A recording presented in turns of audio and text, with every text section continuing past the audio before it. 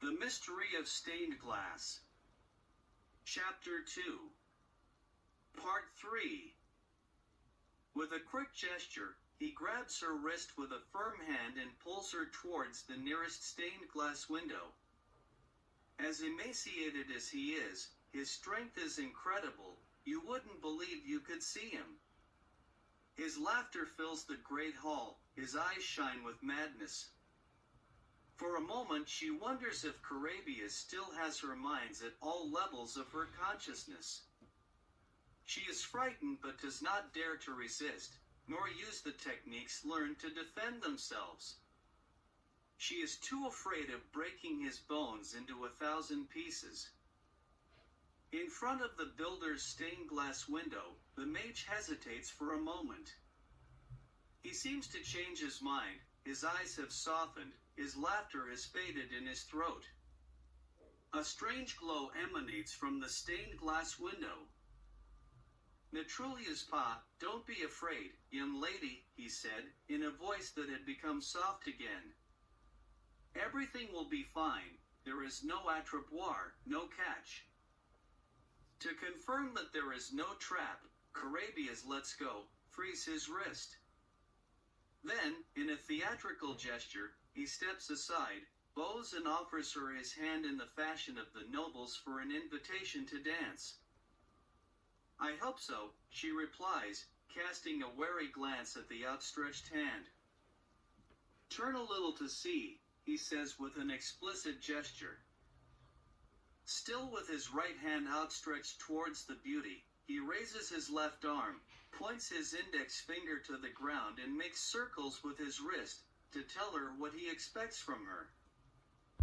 Surprised and delighted by this interlude, her stress eases, so she obeys with good grace.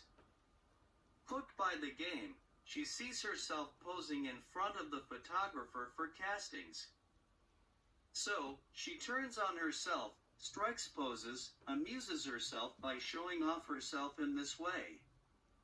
Carabia's intervention brings her back to reality. "Far too daring for my time," he confirms sarcastically. "My tailor, daring!" exclaims Sing Sing. "You're kidding. It doesn't get more classic and modern at the same time." Where we are going, it is better to appear bagasse, ribald, so as not spectacular, not to upset people's minds. First, I'm no longer a young girl, I'm a woman.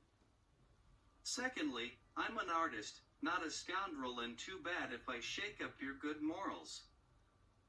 "You still have to remedy your appearance," insists Carabia's.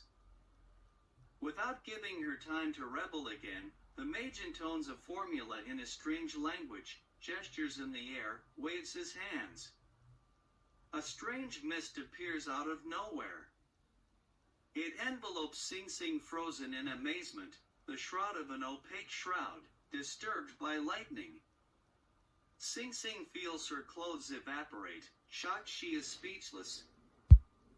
When the mist disappears, she is dressed in an off-white blouse, indented at the chest, short, puffed sleeves cover her shoulders to the beginning of her arms. She wears a long gypsy skirt and leather sandals at the ankles at the foot. A scarf tied behind her neck encircles her long hair. According to Carabia's, here she is, Belmont Vechu, beautifully dressed. No one will be able to clap on her. Besides, it is no longer time to ignore scenes, to laze around here. In other words, Sing Sing is now well dressed, does not look out of place, no one is going to speak ill of her outfit. Carabias holds out his hand to him again, tired of lazing around. He therefore begged her to follow him. She grabs it as if in a dream, then crosses the stained glass window following the mage. The continuation of this story will not be long in coming. Be continued.